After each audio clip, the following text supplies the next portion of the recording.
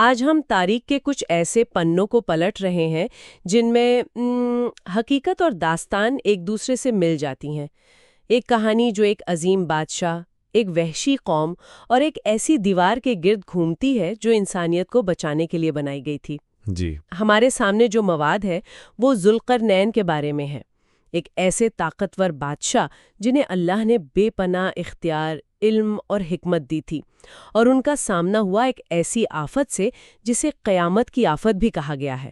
تو آئیے اس داستان کی گہرائیوں میں اترتے ہیں۔ بالکل، اور یہ صرف ایک تاریخی قصہ نہیں ہے، مطلب یہ قیادت، ایمان اور خوف کے درمیان ایک عجیب کشمکش کی کہانی ہے۔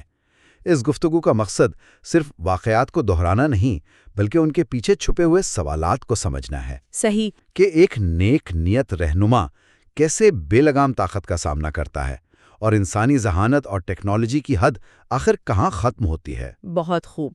تو کہانی کا آغاز ہوتا ہے ذوالقرنین کے سفر سے، جو صرف ملک فتح کرنے کا سفر نہیں تھا بلکہ انصاف قائم کرنے کا ایک مشن تھا۔ جی بالکل۔ وہ مغرب کی سمت سفر کرتے ہوئے ایک ایسی جگہ پہنچتے ہیں جہاں سورج ایک سیاہ چشمے میں ڈوبتا ہوا نظر آتا ہے، اور وہاں ان کی ملاقات ایک قوم سے ہوتی ہے، اور یہیں ان کا پہلا امتحان شروع ہوتا ہے۔ اور یہ نقطہ اس کہانی کی بنیاد ہے۔ کیسے؟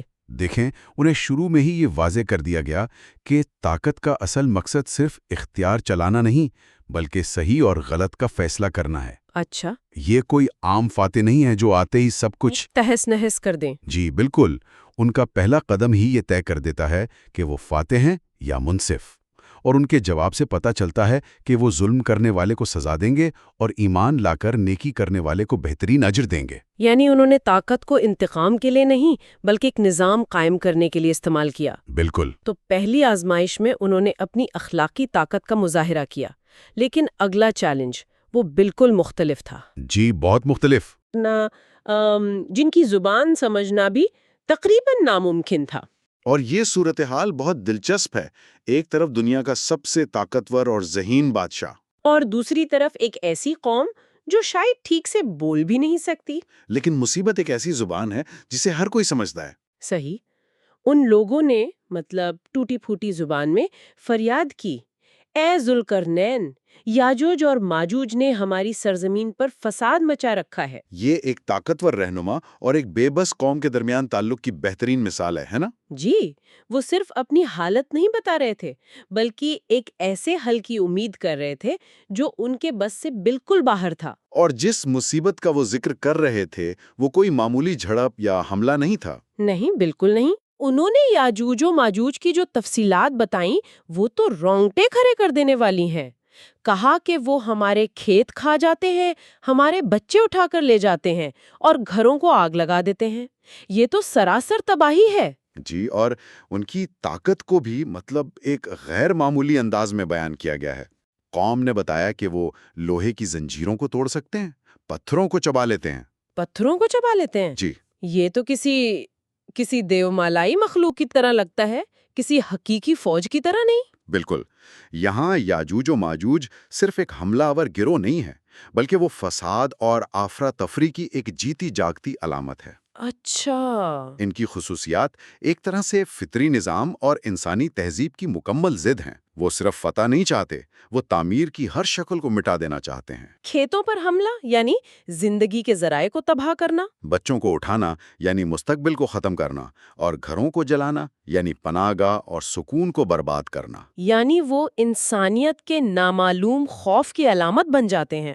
جی، تاریخ میں جب بھی کوئی تہذیب کسی ایسی قوت سے ٹکرائی ہے جسے وہ سمجھ نہیں سکی، اسے یاجوج و ماجوج کی طرح ہی دیکھا گیا ہے۔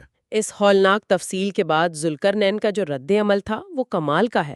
وہ مدد کرنے کا فیصلہ کرتے ہیں، لیکن ایک ایسی شرط پر جس کی توقع کسی بادشاہ سے نہیں کی جا سکتی۔ صحیح۔ وہ کوئی خزانہ یا ٹیکس نہیں مانگتے بلکہ کہتے ہیں جو کچھ میرے رب نے مجھے دے رکھا ہے وہ کافی ہے۔ اور اس سے بھی بڑھ کر وہ اس کمزور قوم کو بے بس نہیں رہنے دیتے۔ وہ کہتے ہیں تم اپنی محنت سے میری مدد کرو۔ یہ قیادت کا ایک شاندار رسول ہے۔ جی، وہ انہیں بھکاری نہیں بناتے بلکہ اپنے دفاع کے اس عظیم منصوبے میں برابر کا شریک کرتے ہیں۔ اس سے ان لوگوں میں بھی ایک امید اور خود اعتمادی پیدا ہوئی ہوگی۔ بالکل، کہ وہ اپنی تقدیر بدلنے میں اپنا کردار ادا کر رہے ہیں۔ یہ بات بہت دلچسپ ہے کہ انہوں نے صرف حکم نہیں دیا بلکہ لوگوں سے محنت مانگی۔ کیا یہ صرف وسائل کی کمی تھی یا اس میں کوئی گہرا اصول چھپا ہے؟ میرے خیال میں تو یہ گہرا اصول ہے۔ ذوالقرنین نے یہ سکھا رہے تھے کہ تحفظ مفت میں نہیں ملتا، صحیح۔ اس کے لیے مشترکہ کوشش اور قربانی کی ضرورت ہوتی ہے۔ اگر وہ صرف دیوار بنا کر چلے جاتے تو شاید وہ قوم ہمیشہ ایک بیرونی نجات دہندہ پر انحصار کرتی رہتی۔ اچھا، تو انہیں اس عمل میں شامل کر کے ذوالقرنین نے انہیں اپنی حفاظت کا مالک بنایا۔ جی، یہ امپاورمنٹ ہے۔ پھر اس دیوار کی تعمیر کا مرحلہ آتا ہے جو خود ایک معجزے سے کم نہیں۔ عام طور پر تو دیواریں پتھر یا اینٹوں سے بنتی ہیں، یہاں لوہے اور تانبے کا ذکر ہے۔ بہت اہم سوال ہے۔ اس میں دونوں پہلو ہیں۔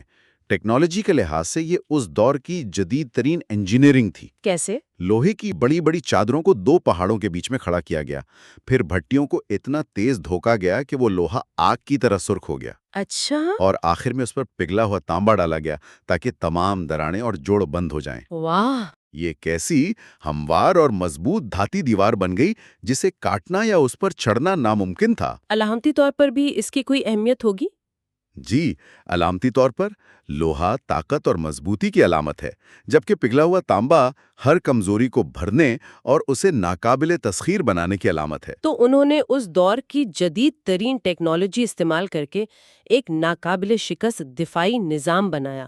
لیکن دیوار مکمل ہوتے ہی ذوالقرنین جو کہتے ہیں وہ اس کہانی کا رخ ہی بدل دیتا ہے۔ وہ اپنے انجینئرنگ کی تعریف نہیں کرتے، نہیں، بالکل نہیں۔ وہ کہتے ہیں یہ میرے رب کی رحمت ہے۔ اور یہی بات ذوالقرنین کو ایک عام بادشاہ سے ممتاز کرتی ہے۔ وہ اپنی کامیابی کا سہرا اپنے سر نہیں باندھتے۔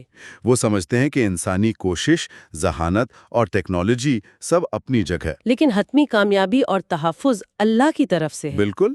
وہ اس دیوار کو اپنی کاریگری کا شاکار نہیں بلکہ خدائی رحمت کا ایک نشان قرار دیتے ہیں۔ دیوار کے پیچھے قید ہو کر یاجوج و ماجوج کا رد عمل بھی بالکل ویسا ہی تھا جیسی ان سے توقع تھی۔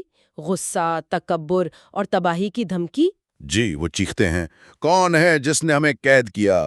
کون ہماری طاقت کو للکار سکتا ہے؟ ہم نکلیں گے اور سب کچھ روند ڈالیں گے۔ وہ اپنی شکست تسلیم نہیں کرتے۔ لیکن اسی لمحے اس عظیم کامیابی کے عروج پر ذوالقرنین وہ بات کہتے ہیں جو شاید اس کہانی کا سب سے حیران کن حصہ ہے۔ وہ لوگوں کو صرف جشن منانے کا موقع نہیں دیتے بلکہ انہیں مستقبل سے خبردار بھی کرتے ہیں۔ وہ کہتے ہیں، یہ میرے رب کی رحمت ہے، لیکن جب میرے رب کا وعدہ آئے گا تو وہ اسے ریزہ ریزہ کر دے گا، اور میرے رب کا وعدہ سچا ہے۔ یہ تو کمال ہے، یعنی وہ اپنے بنائے ہوئے عظیم شاہکار کو خود ہی عارضی قرار دے رہے ہیں۔ جی، ایک لیڈر اپنی سب سے بڑی کامیابی کے فوراً بعد یہ اعلان کر رہا ہے کہ یہ ہمیشہ قائم نہیں رہے گی۔ یہ تو انسانی فطرت کے بالکل خلاف ہے نا؟ بالکل۔ ایک لمحے کے لیے سوچئے، انہوں نے تاریخ کی شاید سب سے مضبوط دیوار بنائی اور فوراً کہہ دیا کہ یہ ایک دن ٹوٹ جائے گی۔ یہ کیسی غیر معمولی خود شناسی اور حقیقت پسندی ہے۔ وہ جانتے تھے کہ یہ حل ایک مہلت ہے، ایک عارضی رکاوٹ ہے، لیکن یہ شر کا مستقل خاتمہ نہیں ہے۔ اس سے وہ اپنی قوم کو بھی یہ پیغام دے رہے تھے کہ اس دیوار کے بھروسے غفلت میں نہ پڑ جانا۔ اچھا، اصل امان اللہ کی طرف سے ہے، اس لوہے اور تانبے میں نہیں۔ لیکن کیا اس رحمت نے ان لوگوں کو ہمیشہ کے لیے بے فکر نہیں کر دیا ہوگا؟ مطلب کیا ایک بیرونی حل پر انحصار کرنے سے ان کی اپنی اندرونی طاقت کمزور نہیں پڑ گئی ہوگی؟ یہ ایک بہت گہرا نکتہ ہے۔ شاید یہی اس پیشین گوئی کا ایک مقصد تھا۔ ہاں، ذوالقرنین انہیں یاد دلا رہے تھے کہ خطرہ ٹلا ہے، ختم نہیں ہوا۔ صحیح۔ یہ دیوار انہیں جسمانی طور پہ محفوظ رکھے گی، لیکن انہیں روحانی اور اخلاقی طور پر خود کو مضبوط رکھنا ہوگا۔ دنیا کا کوئی بھی تکنیکی حل، کوئی بھی دیوار اخلاقی کمزوری کا متبادل نہیں ہو سکتی۔ اور جب یہ دیوار گرے گی تو کیا ہوگا؟ اس کی منظر کشی بھی اتنی ہی ہولناک ہے۔ جی، بتایا گیا کہ وہ قوم زمین پر ہر بلندی سے پھیل جائے گی۔ پہاڑوں کو چیر دیں گے، دریاؤں کو پی جائیں گے اور زمین کو ظلم و فساد سے بھر دیں گے۔ یہ ایک ایسی عالمی تباہی کا منظر ہے جس کا تصور کرنا بھی مشکل ہے۔ یہ پیشین گوئی اس بات کی یاد دہانی ہے کہ شر اور فساد کو وقتی طور پر روکا تو جا سکتا ہے، لیکن اسے مکمل طور پر ختم کرنے کا اختیار انسان کے پاس نہیں۔ یہ دیوار ایک عارضی امن کی ضامن تھی، مگر آخری مارکا ابھی باقی ہے۔ تو آخر میں یہ کہانی صرف ایک نیک بادشاہ، ایک وحشی دشمن اور ایک دیوار کی نہیں رہتی۔ یہ ایک عارضی امن اور ایک آنے والے ناگزیر ٹکراؤ کا قصہ بن جاتی ہے جو ایک عظیم پیشن گوئی پر ختم ہوتا ہے۔ بالکل، اس داستان کا سبق یہ ہے کہ حقیقی قیادت کا مقصد انصاف قائم کرنا اور کمزوروں کو تحفظ فراہم کرنا ہے۔ یہ دیوار انسانی تدبیر اور خدائی رحمت کی ایک عظیم علامت ہے، لیکن ساتھ ہی یہ ہمیں یاد دلاتی ہے کہ دنیا کی بڑی سے بڑی رکاوٹیں بھی خدائی منصوبے کے آگے عارضی ہیں۔ اصل طاقت مادی تعمیرات میں نہیں، بلکہ اللہ کے حکم اور اس کے وعدے میں پوشیدہ ہے۔ یہ کہانی سننے والوں کے لیے ایک بہت گہرا اور آج کے دور سے متعلق سوال چھوڑ جاتی ہے۔ ذوالقرنین نے اپنے دور کی سب سے جدید ٹیکنالوجی استعمال کر کے ایک وجودی خطرے کو روکا۔ کیا یہ کہانی ہمیں سکھاتی ہے کہ ہمیں شر اور فساد کو روکنے کے لیے اسی طرح کی ٹھوس مادی دیواروں پر بھروسہ کرنا چاہیے؟ یا یہ دراصل ایک انتباہ ہے؟ جی، یا یہ ایک انتباہ ہے کہ یہ دیواریں چاہے وہ لوہے اور تانبے کی ہوں یا آج کے دور میں ڈیجیٹل فائر والز اور الگوریدمز کی، ہمیشہ عارضی ہوتی ہیں اور اصل جنگ کہیں اور لڑی جانی باقی رہتی ہے۔